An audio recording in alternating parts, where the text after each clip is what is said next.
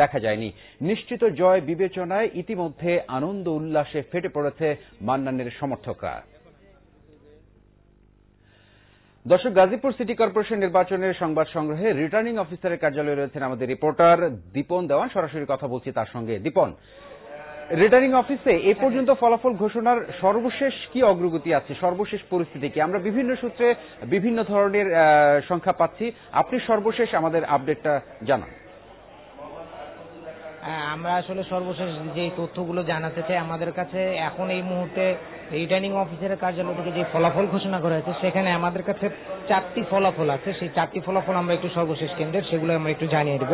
সেটি হচ্ছে যে টিএনটি উচ্চ বিদ্যালয়, এই কেন্দ্রে এম এ মান্নান উনি পেয়েছেন 1032 ভোট এবং আজমতুল্লাহ খান উনি পেয়েছেন 495 ভোট।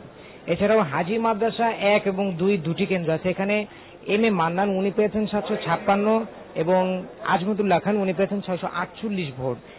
একই কেন্দ্রে উনি 2 নম্বর কেন্দ্র যেটি, সেখানে উনি পেয়েছেন 756 ভোট। এছাড়া এম এ আজমতুল্লাহ খান উনি পেয়েছেন 671 ভোট। আর আরেকটি কেন্দ্র রয়েছে কাশিমপুর উচ্চ বিদ্যালয় 2, যেখানে এম এ মান্নান উনি মোট ভোট পেয়েছেন 815টি এবং আজমতুল্লাহ খান উনি মোট ভোট পেয়েছেন 529টি।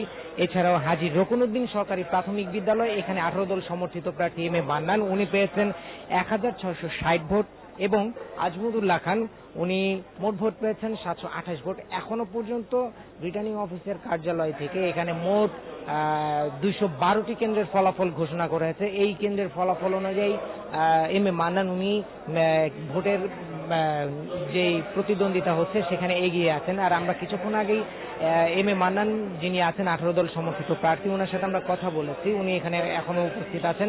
তো উনি আমাদেরকে যেটি জানিয়েছেন যে ওনাদের যে অসমর্থিত সূত্র রয়েছে সেই অসমর্থিত সূত্র থেকে ওনারা এরই মধ্যে 392টি কেন্দ্র না হলেও ওনারা কাছাকাছি কেন্দ্রের যে ভোট তথ্য ওনারা পেয়েছেন সেই তথ্য অনুযায়ী তারা এখনো পর্যন্ত প্রায় 1.5 লাখ ভোটের ব্যবধানে কম করে হলেও তাদের নিকটতম যে প্রতিদ্বন্দ্বী অ্যাডভোকেট আজমতুল্লাহ খান 14 দলের সমর্থন নিয়ে প্রতিদ্বন্দ্বিতা করছেন, তাকে কম করে হলেও 1.5 লক্ষ ভোটের ব্যবধানে তারা পরাজিত করেছেন। এই দাবিটি করেছেন আসলে 18 দল সমর্থিত প্রার্থী এম এ মান্নান।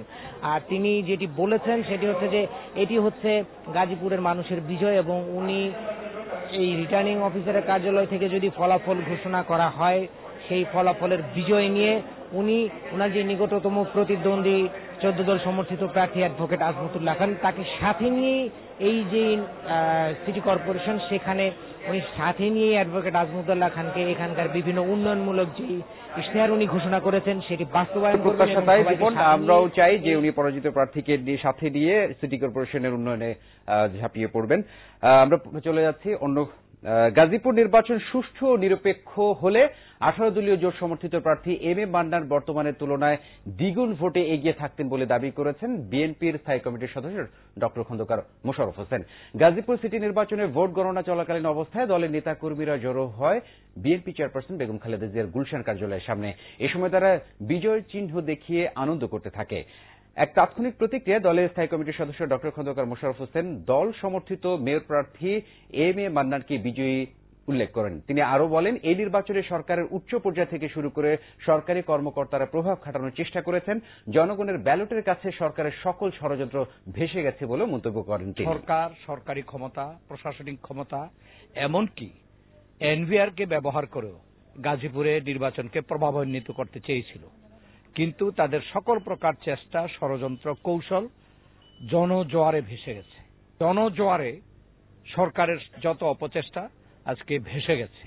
যদি সুষ্ঠু নিরপেক্ষ শান্তিপূর্ণ নির্বাচন হতো তাহলে আমাদের প্রার্থী যে ভোটে এখন এগিয়ে আছে তার থেকে আরো দ্বিগুণ ভোটে এগিয়ে থাকত। এই ছিল এখনকার মতো। আমাদের পরবর্তী সংবাদ রাত 3টায় দেখার আমন্ত্রণ রইল। ধন্যবাদ। এতক্ষণ সাথে থাকার জন্য।